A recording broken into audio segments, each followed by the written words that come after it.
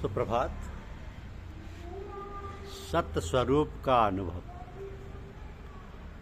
सत्य स्वरूप का अनुभव, यह हमारी आज की आध्यात्मिक चर्चा का विषय।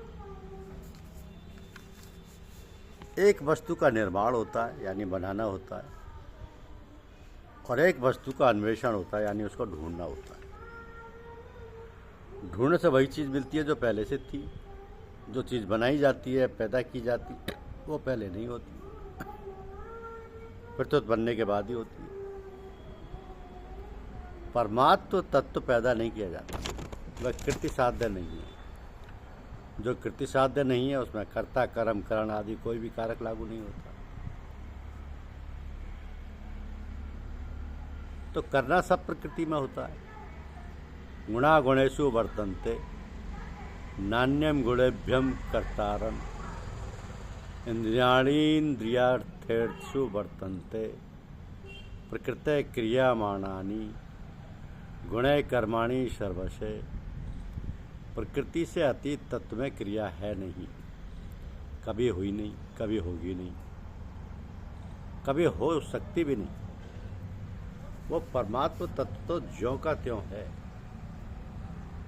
नहीं की तरफ जो आकर्षण है इसके सिवा है, उसकी प्राप्ति में कोई बाधा नहीं। नहीं को सत्ता भी आपने ही दी है, उसकी खुद की सत्ता तो है ही नहीं। अपने बचपन को आपने छोड़ा है क्या? किसी ने छोड़ा हो तो बता दो कि किस तारीख को बचपन छोड़ा। बचपन तो अपने आप छूट गया। ये असत्य एक क्षण भर भी नहीं टिकता। इसके बदलने की गति को देखा जाए तो इसको दो बार आप देख नहीं सकते। पहले जैसा देखा दूसरी बार देखने से वो वैसा नहीं रहा, बदल गया। अब आपके ख्याल में आए या ना आए ये बात अलग है। जो वर्ष में बदलता है वही महीने में बदलता है, वही दिनों में बदलता है, वही घंटे में बदलता है, वही मिनटों में बदलता है, वही सेकंड में बदलता है। सिवाय बदलने के संसार में और कुछ तत्व है ही नहीं। सम्यक प्रकारेण सरति इति संसार गच्छते इति जगत। जो हरदम बदलता है उसको तो आप स्थायी मानते हैं, और जो कभी बदला नहीं, कभी बदलेगा नहीं, कभी बदल सकता नहीं, उसकी प्राप्ति को कठिन मानते हैं। जो निरंतर रहता है, कभी बदलता नहीं, उसकी प्राप्ति कठिन है। तो फिर सुगम क्या है? तो स्वतः स्वाभाविक है, सिर्फ उधर दृष्टि करनी है। आप ध्यान दें, ये जो संसार है ऐसा दिखता है, ये हैपना क्या संसार का है? अगर संसार का है तो फिर बदलता क्या है? सत्य का तो अभाव होता नहीं, और संसार का अभाव प्रत्यक्ष हो रहा है। अवस्था का, परिस्थिति का, घटना का, देश का, काल का, वस्तु का, व्यक्ति का, इन सब का परिवर्तन होता है। ये प्रत्यक्ष हमारे अनुभव की बात है। स्थूल से स्थूल बात बताएं कि आप यहाँ नहीं आए तो भी प्रकाश वैसा ही था, और आप आ गए तो भी प्रकाश वैसा ही है। आप आए या चले जाएं, प्रकाश में क्या फ़र्क पड़ता है?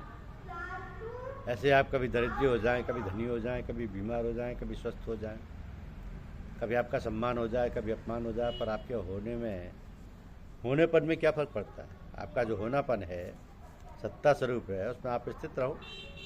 सम दुख सुख स्वस्थ है। तात्पर्य है कि आपकी सत्ता निरंतर रहने वाली है।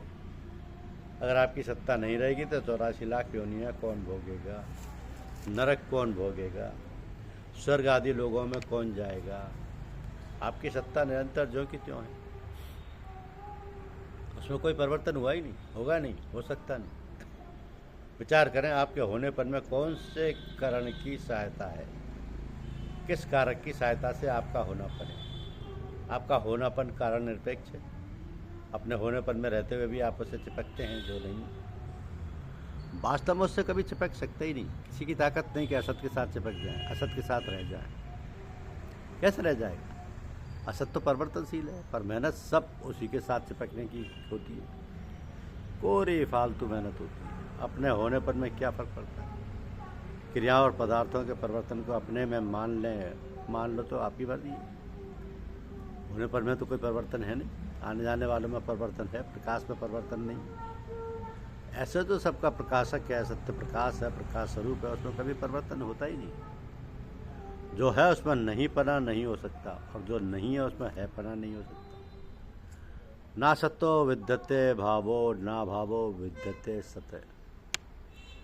सत्य है, असत की सत्ता नहीं होती और सत्य का अभाव नहीं होता। सत सदा जो कि त्यों अटल अखंड रहता है और उसमें सबकी स्थिति स्वतः है। परंतु जो बैठता है उसमें आप स्थिति मान लेते हैं कि मैं धनी हूँ, मैं रोगी हूँ, मैं निरोग हूँ, मेरा सम्मान है, मेरा अपमान है। बैठने वालों को आप पकड़ नहीं सकोगे, चाहे युग युगांतरों तक मेहनत कर लो। अपनी स्वतः सिद्ध सत्ता में स्थित हो जाओ तो गुणातीत के सब लक्षण आप में आ जाएंगे। वास्तव में वे लक्षण आप में हैं, पर बदलने वाले के साथ साथ जान मिल जाने से उनका अनुभव नहीं हो रहा है। क्रियाओं की सत्ता है ही नहीं, क्रियाएं तो आरंभ होती हैं और नष्ट होती हैं, नष्ट होती हैं। हमने व्याख्यान शुरू किया, अब खत्म हो रहा है। क्रिया और पदार्थ सब खत्म होने वाले हैं। तो बस सत्ता हुई, मूल में क्रिया कहाँ हुई? क्रिया का अभाव होता है, सत्ता का अभाव कभी होता ही नहीं। बिल्कुल प्रत्यक्ष बात है, इसका कोई खंडन कर सकता ही नहीं, किसी की ताकत नहीं कि इसका खंडन कर दे। असत की सत्ता भी सत्य के अधीन है, सत्य की सत्ता भी सत्य के अधीन है। असत की स्वतंत्र सत्ता कभी हुई नहीं, कभी होगी नहीं, कभी हो सकती नहीं। इसलिए अपने स्वरूप में स्थित रहो, इधर उधर चलो ही मत। सम दुख सुख है, स्वस्थ है। सुख दुख तो आते जाते हैं, इसमें आप स्वतः ही सम हो। अगर आप सम नहीं हो तो यह सुख हुआ और यह दुख हुआ, इन दोनों का ज्ञान कैसे होता है? सुख आता है तो आप सुख के साथ मिलकर सुखी हो जाते हो, और दुख आता है तो दुख के साथ मिलकर दुखी हो जाते हो। अगर आप सुख के साथ मिल ही जाते तो फिर दुख के साथ नहीं मिल सकते, और दुख के साथ मिल जाते तो फिर सुख के साथ नहीं मिल सकते। मतलब वास्तव में आप सुख दुख दोनों से अलग हो, पर भूल से अपने को सुख दुख के साथ मिला हुआ मानकर सुखी दुखी हो जाते हैं। सुख और दुख तो बदलने वाले हैं, पर आप ना बदलने वाले हो, आप ना बदलने वाले हो। आपके सामने कभी सुख आता है, कभी दुख, कभी मान होता है, कभी अपमान, कभी आदर होता है, कभी निरादर, कभी विद्युता आती है, कभी मूर्खता, कभी रोग आता है, कभी निरोगता, और आप वही रहते हो। अगर वही नहीं रहते तो इन सबका अलग अलग अनुभव कैसे होता? अगर अलग अलग अनुभव होता तो फिर आपका अभाव कैसे हुआ? सुख दुख आदि का अभाव हुआ। अतः कृपानाथ आप इतनी कृपा करो कि अपने होने पर में स्थित रहो। आपका होनापन स्वतः सिद्ध है, कृत्य साध्य नहीं है, उधर दृष्टि नहीं डाली। बस इतनी बात है, बस इतनी बात है। क्रियाएं होती हैं, राग द्वेष रहते हुए, परंतु आपका कभी अभाव होता है क्या? कितना ही राग द्वेष हो जाए, कितना ही हर्षोक हो जाए, आप में कुछ फर्क पड़ता है क्या? आप राग द्वेष को पकड़ लेते हो, बहते हुए को पकड़ लेते हो, तब घबराहट होती है। राग रहता नहीं, द्वेष रहता नहीं, वैर रहता नहीं, सुख रहता नहीं, दुख रहता नहीं। जो रहता नहीं उसको पकड़ लेते हो। आप उसको पकड़ो मत, आप तो वैसे के वैसे रहो। अगर आप वैसे नहीं रहते हैं तो सुख और दुख को, राग और द्वेष को आप अलग अलग कैसे जानते हो? राग के समय रहते हो वही द्वेष के समय रहते हो, द्वेष के समय रहते हो वही राग के समय रहते हो, तब दोनों का अनुभव होता है। जिसको दोनों का अनुभव होता है उसमें दोनों कहाँ है? एक वहम है कि अंतःकरण शुद्ध होने से कर्ता शुद्ध हो जाएगा। सभी कारक क्रिया के होते हैं, कर्ता, कर्म, करण, संप्रदान, अपादान, अधिकरण, ये सब क्रिया के हैं, प्रकृति के हैं। धन्यवाद। यूट्यूब चैनल को लाइक और सब्सक्राइब अवश्य कीजिए। शुक्रिया।